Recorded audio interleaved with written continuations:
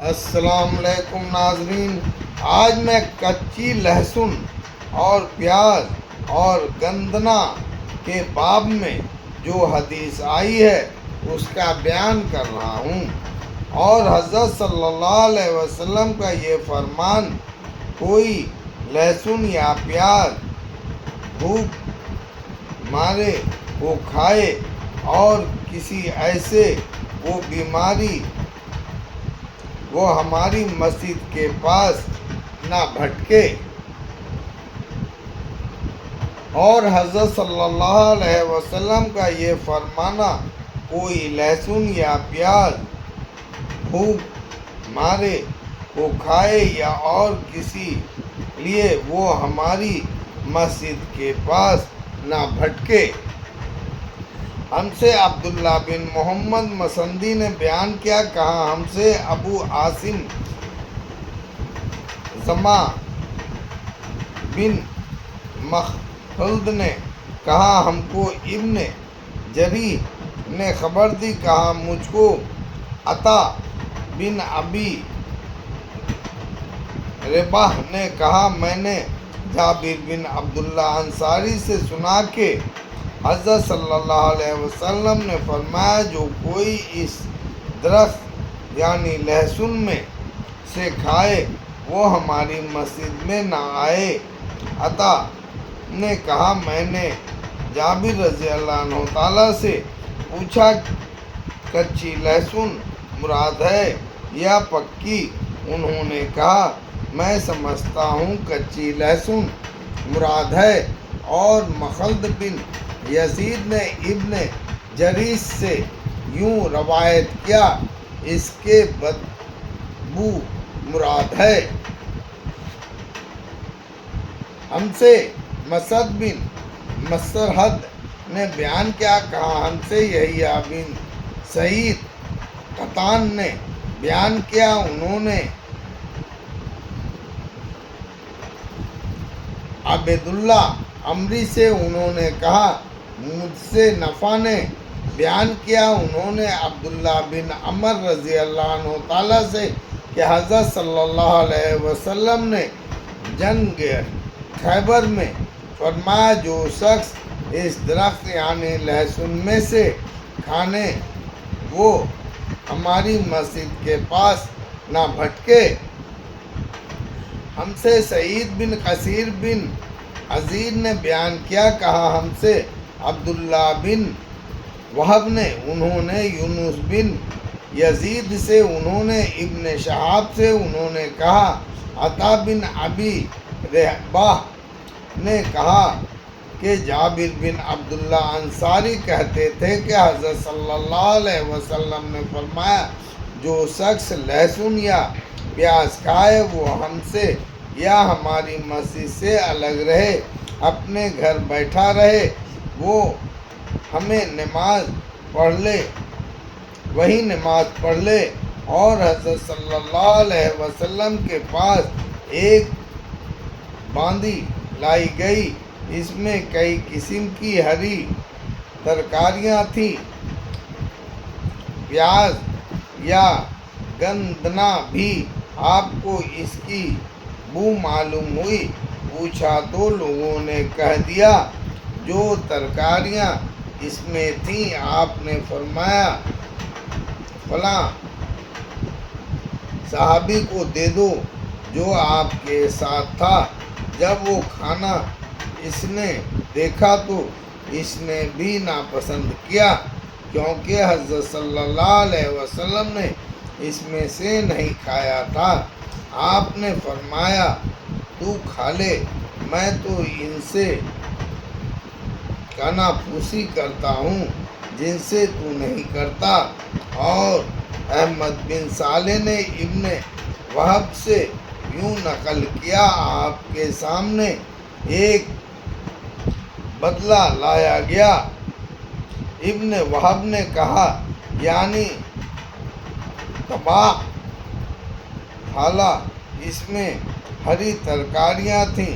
اور لیث اور ابو صفوان عبداللہ بن سعید نے یونس سے بانڈی کا قصہ نہیں بیان کیا۔ امام بخاری نے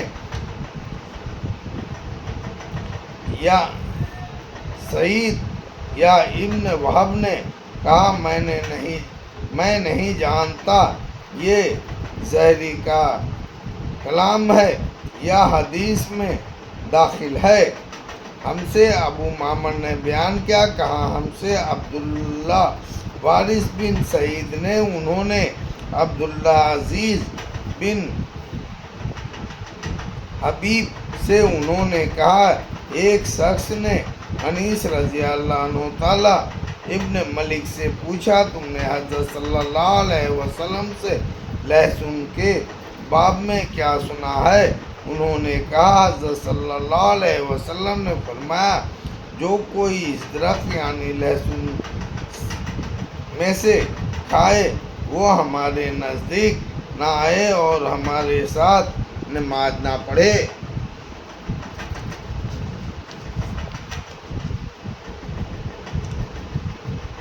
لڑکوں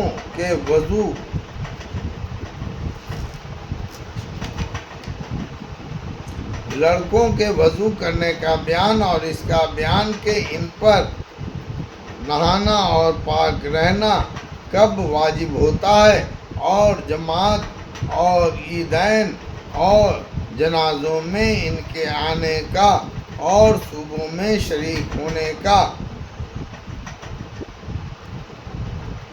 مجھ سے محمد بن مسنہ نے بیان کیا، کہا ہم سے گندر محمد بن جعفر سے، کہا ہم سے شعبہ نے کہا، میں نے سلیمان شیبانی سے سنا کہ میں نے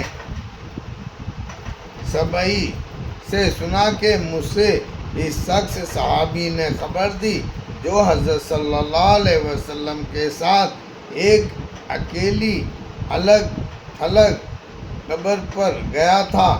آپ نے امامت کی اور لوگوں نے سب باندھی۔ سلیمان نے کہا، میں نے سبعی سے پوچھا، تم سے یہ کس نے بیان کیا؟ انہوں نے کہا، ابن عباس رضی اللہ عنہ تعالیٰ نے۔ ہم سے علی بن عبداللہ مدنی نے بیان کیا، کہا ہم سے سفیان بن عینیہ نے کہا، مجھ سے صفوان بن سلیم نے، انہوں نے عطا بن اسار سے، انہوں نے ابو سعید خدری سے، انہوں نے حضرت صلی اللہ علیہ وسلم سے، آپ نے فرمایا، ہر جوان آدمی پر جمعہ کے دن غسل کرنا واجب ہے۔ ہم سے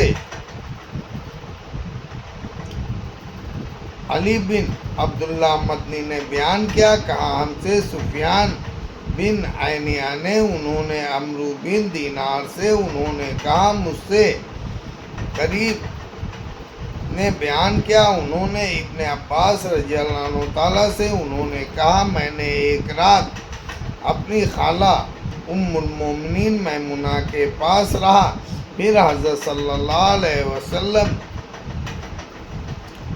شروع رات میں سو رہے۔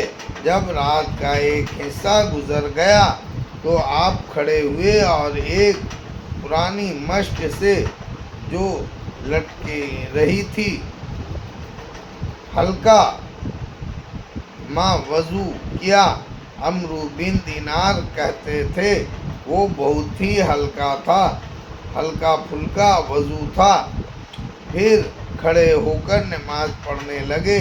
میں نے بھی آپ ہی کا سا وضو کیا اور آپ کی داہنے طرف آ کر کھڑا ہو گیا۔ آپ نے مجھ کو گھما کر اپنے داہنی طرف کر لیا، پھر جتنی اللہ کو منظور تھی اتنی نماز آپ نے پڑھی، پھر لیٹ رہے یعنی سو گئے، یہاں تک کہ خزانے خراٹے لینے لگے۔ بعد اس کے مؤذن نماز کی خبر دینے وہ آیا، آپ اس کے ساتھ نماز کے لیے کھڑے ہوئے اور نماز پڑھائی اور وضو نہیں کیا۔ سفیان نے کہا ہم نے عمرو بن دینار سے کہا لوگ کہتے ہیں کہ حضرت صلی اللہ علیہ وسلم کی آنکھ ہوتی ہے، دل نہیں سوتا تھا۔ عمرو نے کہا میں نے عابدین امیر سے سنا، وہ کہتے تھے پیغمبروں کا خواب وہی ہوتا ہے۔ پھر عابدین نے یہ آیات پڑھی انی ارا فی المنام افی عزیکا۔